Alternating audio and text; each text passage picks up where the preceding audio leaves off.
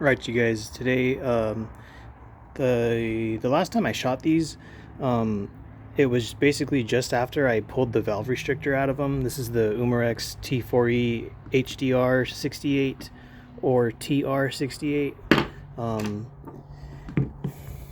that's what it is right there. TR68. It's a really big uh, revolver style paintball marker. And then this is the HDB68, the T4E HDB68. It's from Umarex, the same company. Basically, I took this giant valve restrictor out of the inside of here, and then I took this, like, it's a lot smaller than the HDB restrictor, but it puts out a lot more power with this out. This was inside the valve in here on the inside. So anyway, I took those out, and they're way more strong now. And I don't have the power kit for either of these. They're just strictly just pulled the restrictor out. The power kit, it comes with like a shorter firing pin for both of these, which it's questionable if that even does anything. I mean, I don't have one, but I've been told by numerous other people that it might not really do much, the shorter firing pin. The thing that matters the most is that the power kit comes with a CO2 restrictor, which is a little disc shaped thing that fits in here, and it fits in the handle. So I don't run these on CO2. I use my remote line and my HPA tanks for this. So what I've seen and I haven't really asked questions about it, but what I've seen from numerous people is that if you don't have the CO2 restrictor in these with the valve plug out of the marker, you'll basically get like one shot, and then specifically on this one, you'll get one shot and then all the CO2 will leak out because it's not being restricted by that little disc that's inside this valve. And then on this guy, I never found any information about that CO2 cap that goes in the valve body in here, but I tried it myself, and with one 12-gram CO2 cartridge, this only got about 5 or 6 shots, and then it was out of power. Like the gas totally exhausted itself.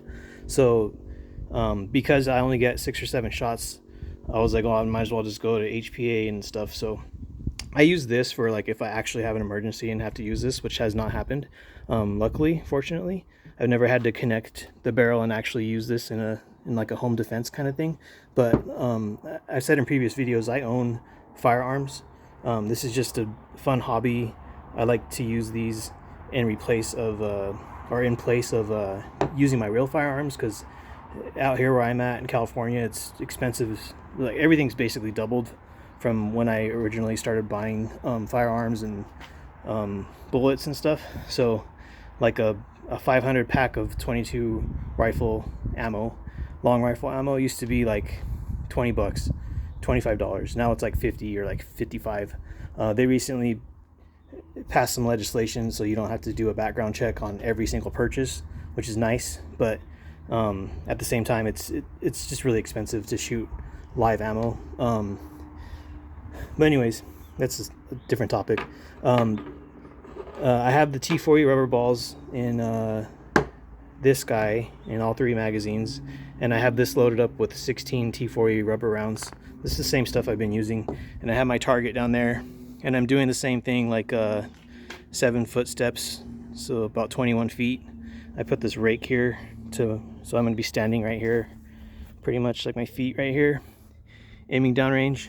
And I've never done accuracy test after I modded these, so I want to see if they're still accurate or if I just sacrificed a bunch of accuracy and gained power. Like, I don't know what the trade-off is or if there is one. So I'm gonna pause the video because I finally learned that I have like a different mode on the video recording on this phone, and I'm gonna pause the video, and then there won't be a bunch of like dead time, and I'll have this linked up to Air, and then have my camera over there on the target. So just give me 1 second. All right, you guys, I got the air hose connected. It's charged up. Nothing went bad. Nothing went sour. Everything's cool. I'm gonna put this tank in my backpack, and I'll have it on my back, and then this line will be on my right side, and I'll be firing at this target. So just 1 second.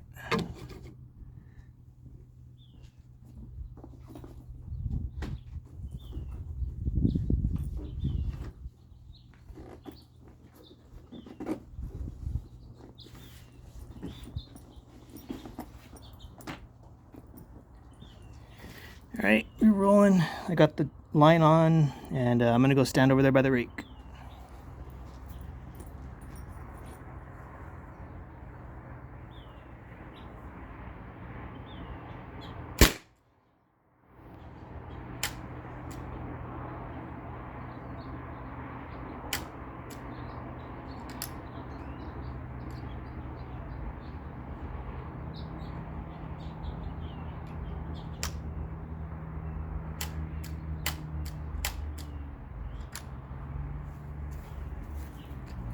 Alright, so I got one shot, and I don't know what happened. It's not firing, no pressure. Everything's fine with on my end. Like, it doesn't want to fire, so I don't know what happened. I'm gonna have to take this guy apart. So that sucks.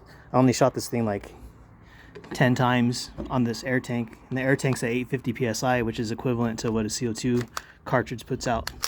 I'm gonna try one more time, but I don't think it's gonna work. It didn't work earlier. Yeah, I don't know. So I guess that's why it's $115. I'm gonna pause the video and then do the HDB. All right, you guys, I got it to work again.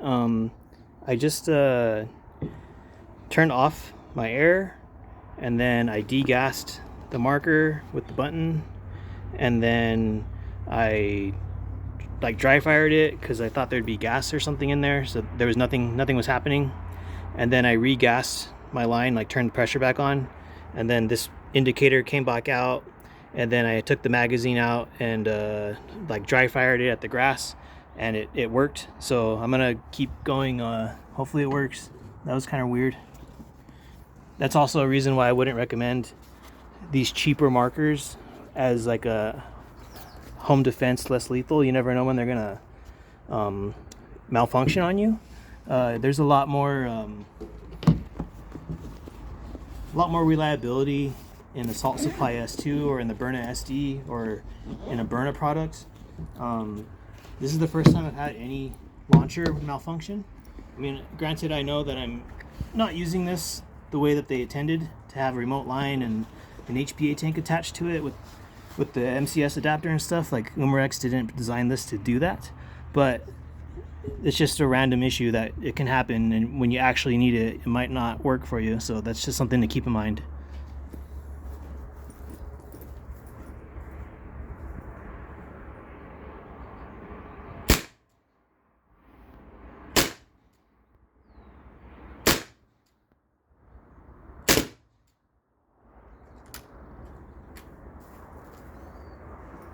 Alright, so that was one. Well, the rest of the magazine. The grouping's kind of all over the place. I'm aiming right there, and before I had this modded, it was pretty much hitting here or a little bit low. So, I mean, maybe it's just me kind of wiggling my arm a little bit. I'm gonna put another magazine and continue to fire right here and see what happens. So I'm gonna pause the video, or actually I don't even need to, because I have the magazines already loaded, and this thing loads really quickly. So I'm gonna go stand back over there, and here's the second magazine, and get her going. All right, it's ready to go.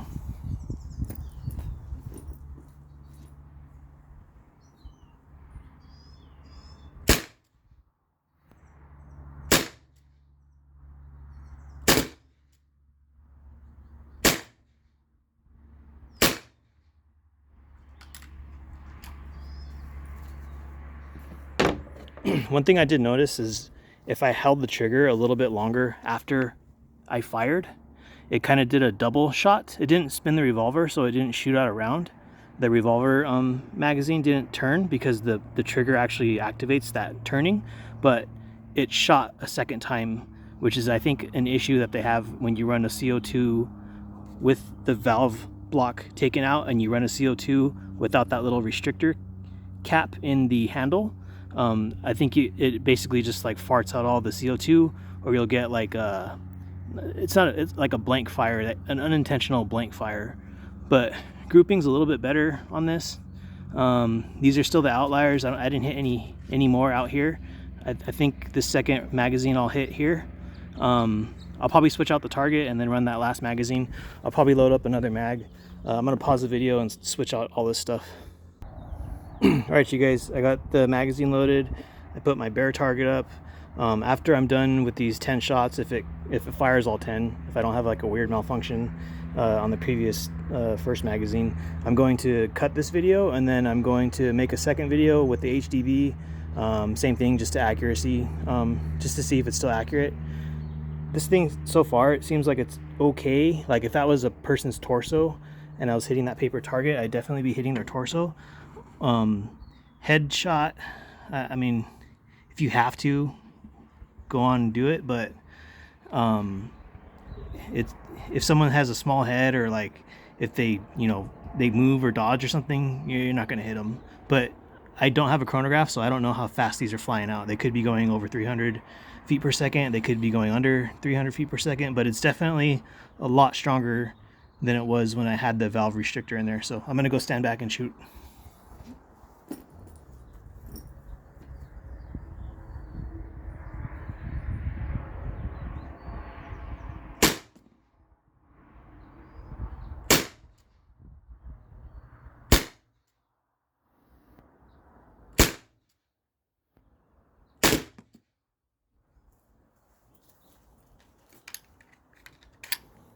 So that was 5.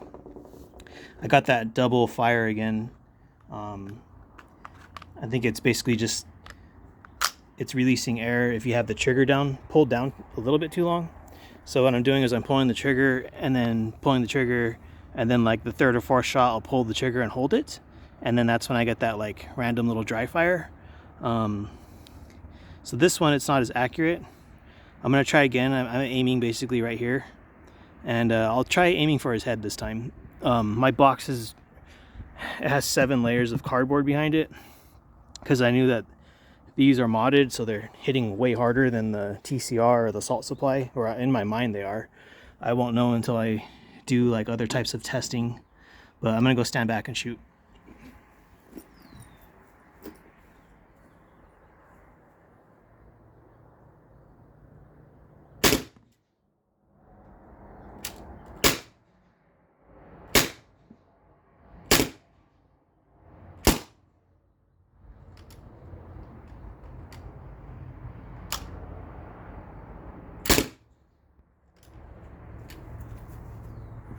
So yeah, I'm pulling the trigger and like releasing as soon as I pull, and I'm still kind of getting some of those double shots.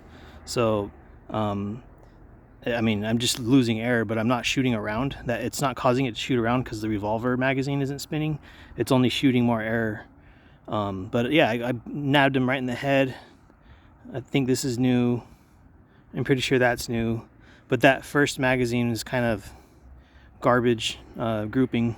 But the second one, I mean, at least I got 2 near its head. But if this was a human person or a stomach or a torso, I mean, my stomach is like, or like my chest area is from here to like here, you know, like you're gonna hit something, torso at least.